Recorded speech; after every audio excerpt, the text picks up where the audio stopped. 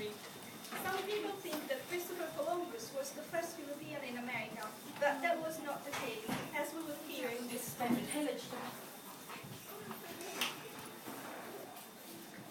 There was a man named Eric the Red, the first settler in Greenland, with his wife and children, Leif, Thorvald, Thorstein, and Freydis. Our adventure begins with Leif the Lucky, son of Eric the Red, who wanted to seek riches and fortune in far-off lands.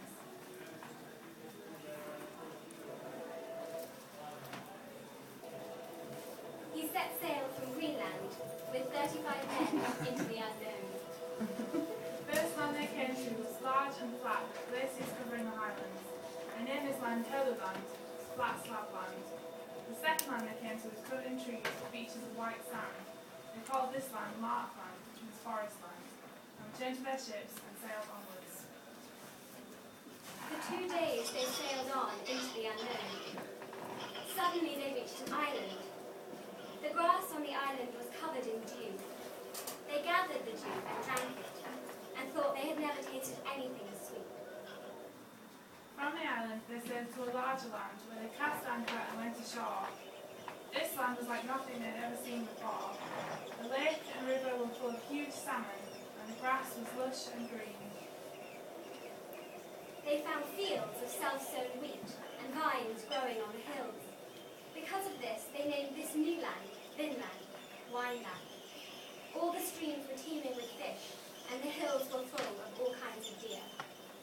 When Thorstein, Leif's brother, heard about the new world and wanted to sail there, he left Greenland together with his wife, Guthrie.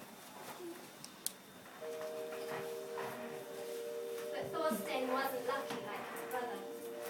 His ship was tossed on the high waves for weeks, and he was forced back to Greenland. But this wasn't the end of Thorstein's bad luck.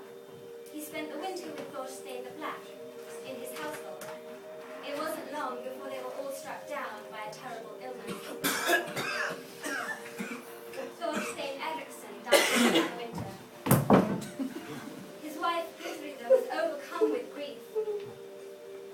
Suddenly, as she sat weeping by her husband's body, she heard a voice. Where is Gudrid? Where is Gudrid? Where is Gudrid? Shall I answer his question? What is it you want, namesake? I wish to tell Gudrid about her future, to make it easier for her to accept my death. Gudrid, I can tell you that you will marry an Icelander, and you will live a long life and have many descendants. You will go to Norway, and then to Iceland, and set up house in Iceland. From there, you will go south on a pilgrimage, and when you return to Iceland, you shall build a church at your farm. At that, Thorstein Eriksson fell back, and his body was taken to the ship. Now to return to the tale of the explorers in Vinland. Thorstein's prophecy came true, and Guthrie married a Norwegian merchant, Thorfinn Karlsefni, and they made another expedition to Vinland. Guthrie and Thorfinn's son Snorri was the first child ever born in Vinland, but their stay there wasn't easy, because the new land wasn't uninhabited. When the explorers arrived in Vinland, they set up camp.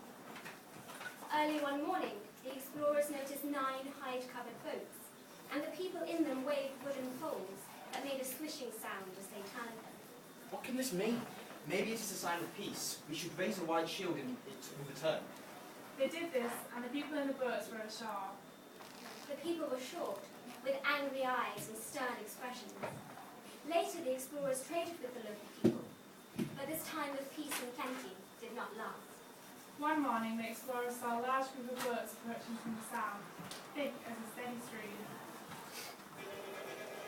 The people in the boats shook their spears and shrieked loudly. Then spears and stones began to rain down on the explorers. In the midst of the fighting, Karlsefni saw a strange and terrifying sight. The natives lifted a large black object onto their poles and launched it towards the explorers. As it landed, it made a strange and unearthly sound. Karlsefni and his men were filled with terror and fled up the river. As they fled, they were met by Freydis, one of the women who had come on the expedition. When she saw them running and so afraid, she was angry. Why did you flee such miserable opponents? If I had a sword, I'm sure I'd fight better than you. She followed the men into the forest and grabbed a sword that she found lying on the ground. She was slower than the men, and before too long the natives caught up with her. Freydis turned to face her attackers and brandished her sword and beat her chest with it. This frightened the natives, who fled to their boats. All the explorers praised her good luck and their good fortune in escaping the battle. But this was not the end of the adventure. The next morning, Karlsefni's men saw something darting between the trees just above the clearing. They stared, dumbstruck, as they realised they were looking at a one-legged man. Before they could do anything, the man drew his bow and shot a single arrow towards the explorers. The arrow struck Thorvald, another son of Eric the Red. As Thorvald lay dying, he spoke these words. We have found a land rich in resources, but we will not enjoy them. Finland was a beautiful and rich land, but the explorers realised if they stayed there, there would be no peace. They decided to set sail and return to Greenland, where they were welcomed back by all the people.